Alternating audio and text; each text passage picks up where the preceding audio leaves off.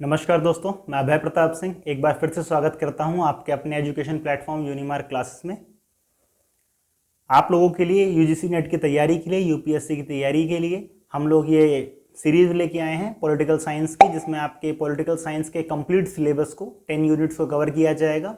और इसके अंदर फिलहाल हम पढ़ रहे हैं जो टॉपिक वो है इंडियन पॉलिटी। ठीक है, इंडियन पॉलिटी में अब तक हमने कॉन्स्टिट्यूशन किस तरह से इंडिया का डेवलप हुआ, इसके ऊपर 3 वीडियोस ऑलरेडी बनाई जा चुकी हैं। अगर आपने वीडियोस नहीं देखी तो जाकर उनको देख लीजिए पहले, ताकि आप एक सीक्वेंस में चीज़ों को समझ सकें।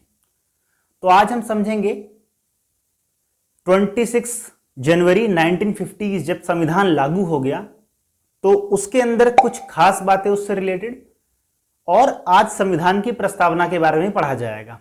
ठीक है, हमने अपने लास्ट वीडियो में इस बात को खत्म किया था कि 26 जनवरी 1950 में भारत का संविधान क्या हुआ, लागू हो गया। ठीक है, तो आइए थोड़ा उससे आगे फिर देखते हैं। लेकिन प्लीज प्लीज प्लीज अगर आपने अब तक चैनल को सब्सक्राइब नहीं किया है तो प्लीज सब्सक्राइब कर दिया कीजिए, लाइक किया कीजिए, कुछ अपने विचार हैं व्यक्त कीजिए कमेंट बॉक्स में, और प्लीज अपने दोस्तों के साथ शेयर कीजिए। ठीक है, it will be very helpful for us. तो 26 जनवरी 1950 में जैसा कि आपको पता है कि संविधान को लागू किया गया, लेकिन इस संविधान के कुछ प्रावधान ऐसे थे कि जब 26 नवंबर 1949 में जब संविधान बन गया था ना, तभी लागू हो गए थे। जैसे नागरिकता, ठीक है, चुनाव, अस्थायी सांसद एवं संक्रमणकालीन प्रावधान। संक्रमणकालीन का मतलब उस वक्त जो जरूरी लगे उस वक्त उनको लागू कर दिया गया था। भारत का संविधान जब बन के रेडी हुआ था तो उस वक्त उसमें 395 आर्टिकल्स थे, 395 अनुच्छेद थे, 8 उसमें अनुसूचियां थी। ठीक है, और 26 जनवरी 1950 से 51-52 में हुए आम चुनाव के बाद बनने वाली नई संसद के निर्माण तक भारत की अंतरिम संसद ने काम किया। अब देखो, इस अंतरिम संसद शब्द को समझो पहले क्या हुआ। जब भारत आजाद तो 1947 में ही हो गया था संविधान बनने का काम, लेकिन भारत ने पहली बार इलेक्शन 1951 में हुए थे आकर के। ठीक है, अब जो हमारी संविधान सभा थी ना, यही संविधान बनाती भी थी और यही देश चलाती भी थी।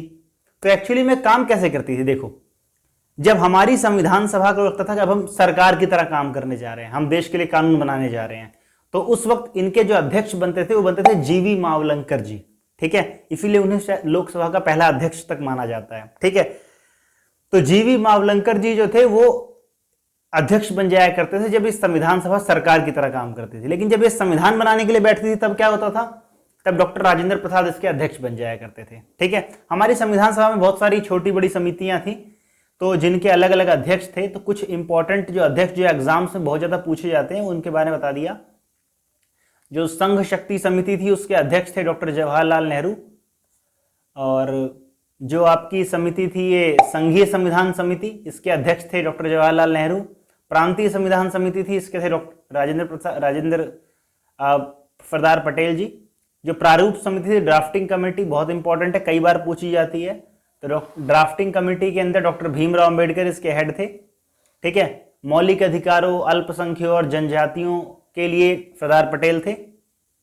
ठीक है, इसके अलावा प्रक्रिया नियमन समिति के लिए डॉक्टर राजेंद्र प्रसाद थे। राज्यों की समिति के लिए जवाहरलाल नेहरू थे। संचालन समिति के लिए भी डॉक्टर राजेंद्र प्रसाद थे। ठीक है, तो ये वो समितियां हैं जिनके अध्यक्षों के बारे में आपको सीधे सीधे पता होना चाहिए। ठीक है,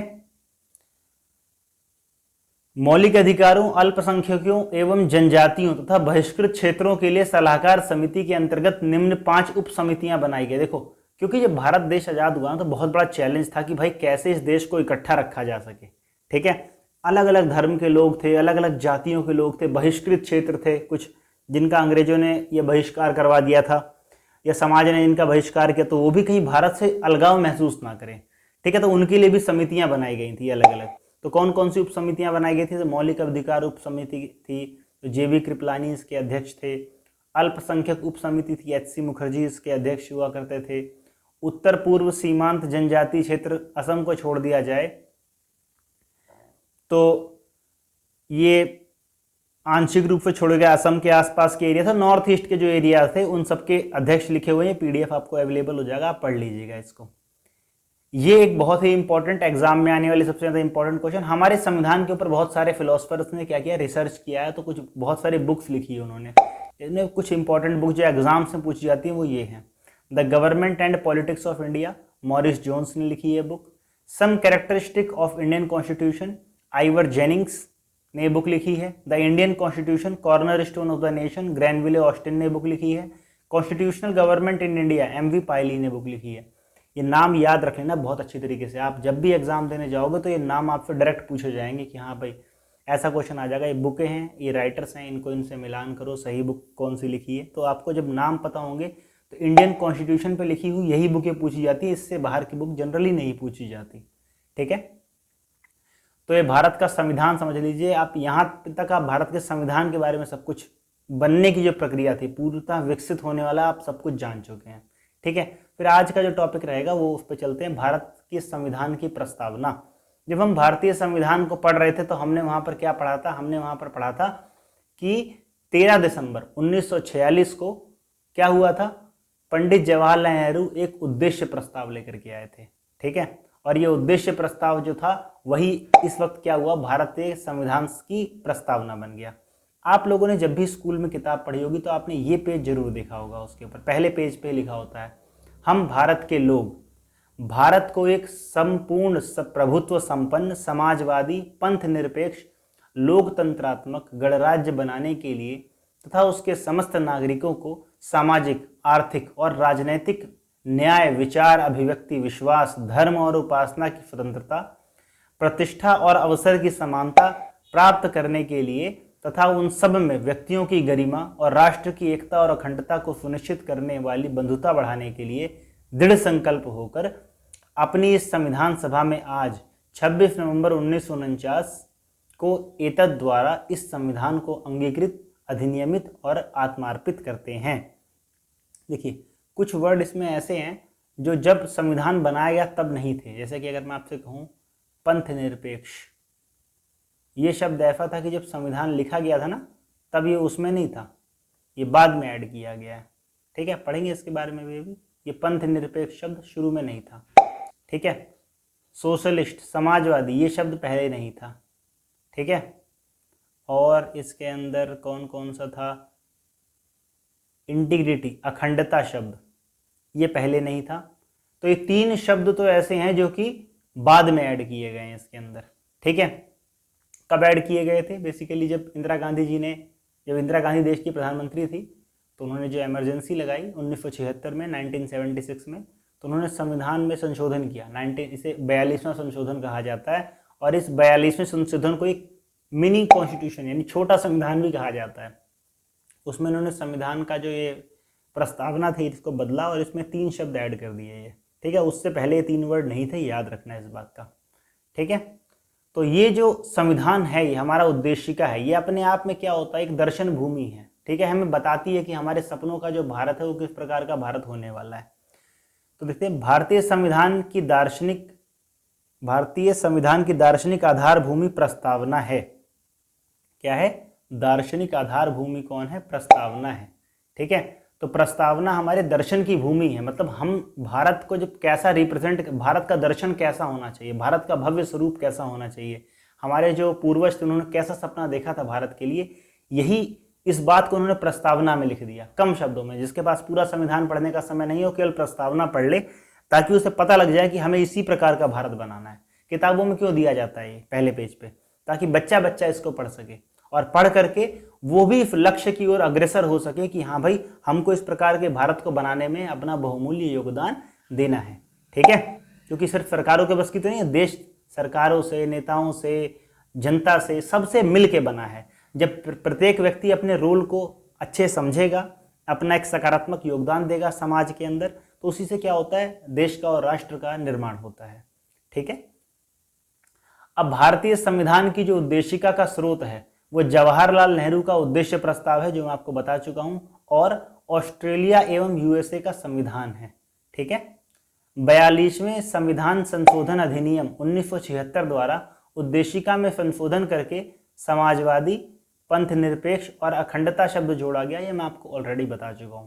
ठीक है, तो हमारे संविधान में ये प्रस्तावना लाने का जो तरीका ये तो यूएसए से लिया गया है। ठीक है, लेकिन जो इसकी भाषा है वो ऑस्ट्रेलिया से ली गई है, याद रखना। इसका जो लैंग्वेज है लिखने का तरीका वो कहाँ से लिया गया है, वो ऑस्ट्रेलिया से लिया गया। हमारे संविधान की प्रस्तावना में जो स्वतंत्रता, समता और बंधुत्व के आदर्शों को फ्रांस की क्रांति से लिया गया है। ठीक है, फ्रांस की क्रांति कब हुई थी? आप में से जिसको पता है कमेंट बॉक्स में नीचे फटाफट बता देना कौन सा साल था जब फ्रांस की क्रांति हुई थी। 1700 में हुई थी, 1700 कुछ है, अब कुछ आपको बताना है क्या है। ठीक है, और फ्रांस की क्रांति में नारा क्या लगा था? स्वतंत्रता, समानता, बंधुत्व, यही वहां पे नारा हुआ करता था, लिबर्टी, इक्वलिटी, फ्रेटर्निटी। ठीक है, और ये हमारे संविधान में भी जुड़ा गया। भारतीय संविधान की उद्देशिका में बंधुत्व शब्द का उद्देश्य व्यक्तिवाद एवं समष्टिवाद के मध्य सामंजस्य को सुनिश्चित करना है। ठीक है, प्रस्तावना में वर्णित आदर्श, हमारी प्रस्तावना में कौन कौन से आदर्श जो हैं वो वर्णित है। जो हमारा प्रस्तावना में क्या क्या कहता है, भारत को एक संपूर्ण, जैसे संविधान प्रस्तावना का हम भारत के लोग, ठीक है, यानी कि हमारा संविधान सारी शक्ति किसको देता है? हमको देता है, हम भारत के लोगों को देता है। वो ये कहता है कि भाई भारत के जो लोग हैं वो डिसाइड करेंगे किस तरह का समाज बनने वाला है। ठीक है, तो क्या दर्शन है भारत को लेकर के? हमें भारत को एक प्रस्तावना के अनुरूप, प्रस्तावना कहती है भारत को एक संपूर्ण प्रभुत्व संपन्न, समाजवादी और पंथ निरपेक्ष लोकतंत्रात्मक गणराज्य बनाना है। ठीक है, लोकतंत्रात्मक और गणराज्य। देखिए, कोई भी देश डेमोक्रेटिक है और कोई भी देश रिपब्लिक है, इसमें फर्क होता है। रिपब्लिक का मतलब क्या होता है? यहाँ पे राजा का बेटा राजा नहीं हो सकता। ठीक है, और डेमोक्रेटिक का मतलब क्या होता है? जनता ही किसी राजा को चुनेगी। ठीक है, ये मतलब होता है। अगला है सामाजिक, आर्थिक और राजनीतिक न्याय प्रदान करना। देखिए, सामाजिक न्याय का मतलब क्या होता है कि समाज में किसी के साथ अत्याचार नहीं हो सकता, दुर्व्यवहार नहीं हो सकता, सब एक सम्मान पूर्वक जीवन जिएंगे, ये सामाजिक न्याय होता है। ठीक है, छुआछूत नहीं होना चाहिए, भेदभाव जाति या धर्म के आधार पर नहीं होना चाहिए, ये सामाजिक न्याय होता है। ठीक है, आर्थिक न्याय का क्या मतलब होता है कि कोई व्यक्ति बहुत अमीर है, कोई व्यक्ति बहुत गरीब है, तो गरीब बिल्कुल ऐसा न रहे कि सुख संसाधन सुविधाएं उससे रहित रहे। ठीक है, जो आर्थिक असमानता है वो कभी उनके संसाधनों के आड़े ना आ पाए, ये भी भारत ने निश्चित किया कि हम अपने देश के लोगों के लिए क्या करेंगे, इंश्योर करेंगे। फिर आप देखो, प्राइवेट स्कूल्स भी होते हैं, तो सरकार गरीबों के लिए सरकारी स्कूल बनाती है कि उनके बच्चे अगर वहाँ नहीं पढ़ सकते तो वहाँ पढ़ें। ठीक है, सरकारी अस्पताल बनवाती है कि अगर कोई गरीब व्यक्ति है वो बड़े अस्पतालों में नहीं जा सकता, 10-12 लाख रुपए नहीं दे सकता किसी ऑपरेशन के, तो उसका इलाज फ्री में हो सकता। ठीक है, राजनीतिक न्याय का क्या मतलब होता है? हमारे यहाँ 25 साल की उम्र से ऊपर का कोई भी व्यक्ति, चाहे वो बहुत गरीब हो चाहे बहुत अमीर हो, इलेक्शन में खड़ा हो सकता है। ये हक है उसका कि वो अपने लोगों की आवाज़ बन सकता है। तो ये राजनीतिक न्याय है।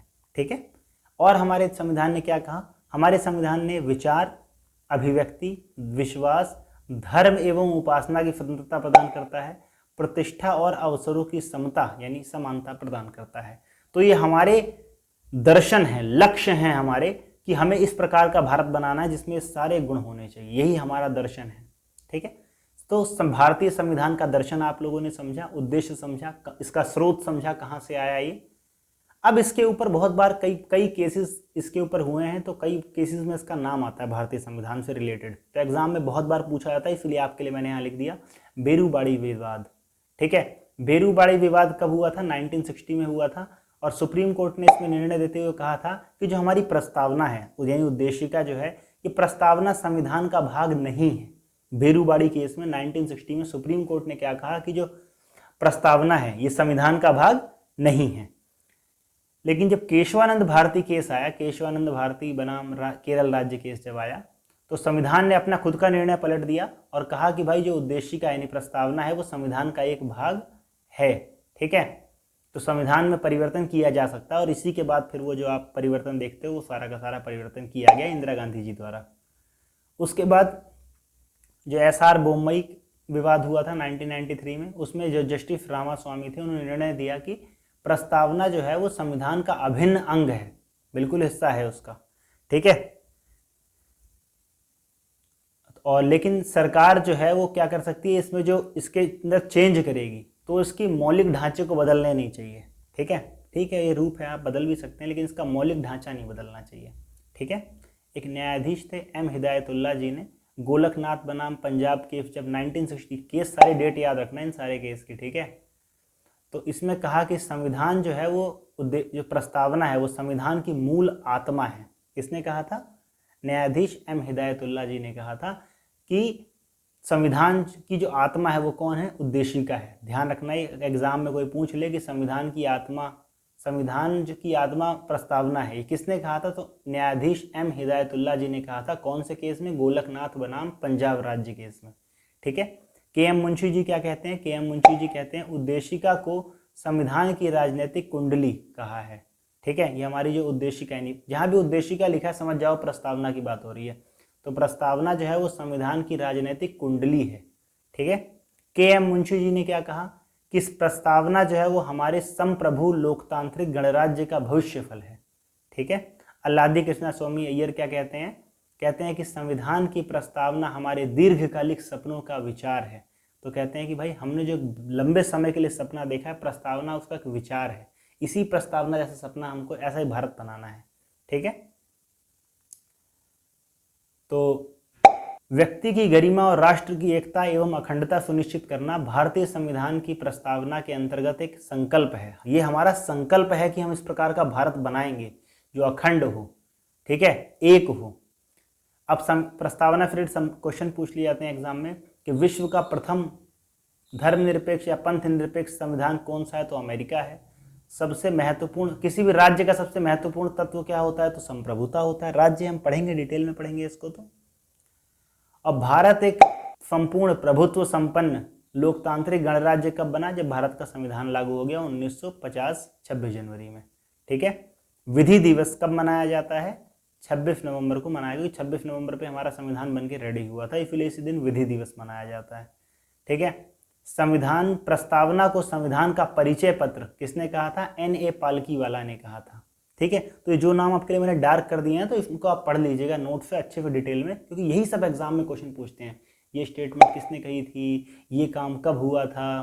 तो संविधान के अंदर कौन से नए शब्द जोड़े गए थे? तो किसने जोड़े थे? कौन सी सरकार थी? कौन सा संशोधन था?